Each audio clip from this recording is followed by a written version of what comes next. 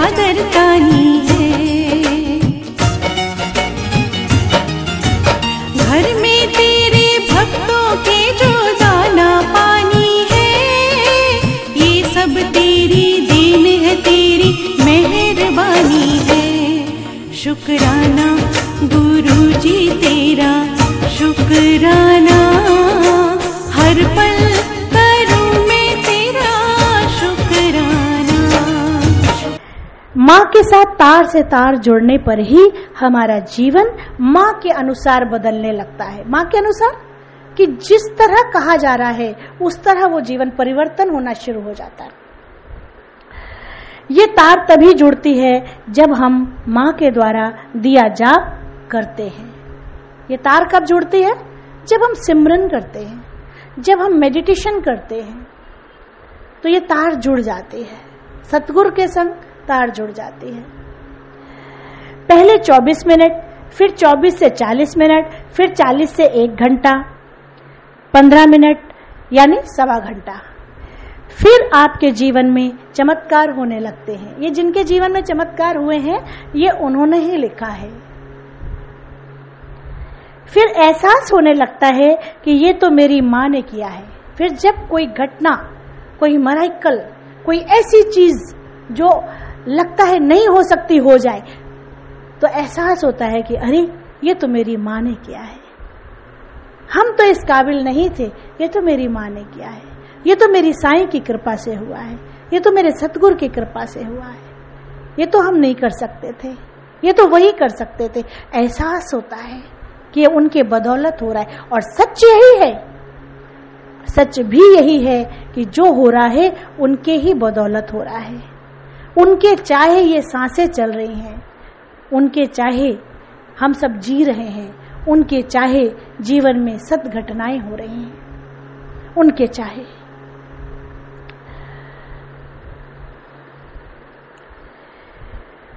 माँ की कृपा से ही सब हो रहा है, सब माँ ही कर रही है। माँ का मतलब जगदम्बा, माँ का मतलब आदि शक्ति, माँ का मतलब आदि भवानी। इसी तरह माँ ने मुझ बच्ची के जीवन में चमत्कार किए और चमत्कार करके मुझे और मेरे जीवन को महका दिया, चमका दिया, खिला दिया। मेरे जीवन का सबसे महत्वपूर्ण चमत्कार है मेरी शादी और मेरे लिए एक अच्छा वर विनय बहल। सब माँ की कृपा से हो रहा है। शादी के बाद हम पुणे में 2 महीने थे। उसके बाद कोल्हापुर में ट्रांसफर हो गया। हम कोल्हापुर 4 अगस्त 2011 को शिफ्ट हुए थे और गणेश चतुर्थी महाराष्ट्र का सबसे बड़ा त्योहार 1 सितंबर 2011 को था। पुणे और कोल्हापुर में सुना था कि लोग गणपति बप्पा को घर लेकर आते हैं, उनकी पूजा और सेवा करते हैं। बस उसी दिन मन में आया कि मैं भी बप्पा को घर ले आऊंगी और सेवा करूंगी।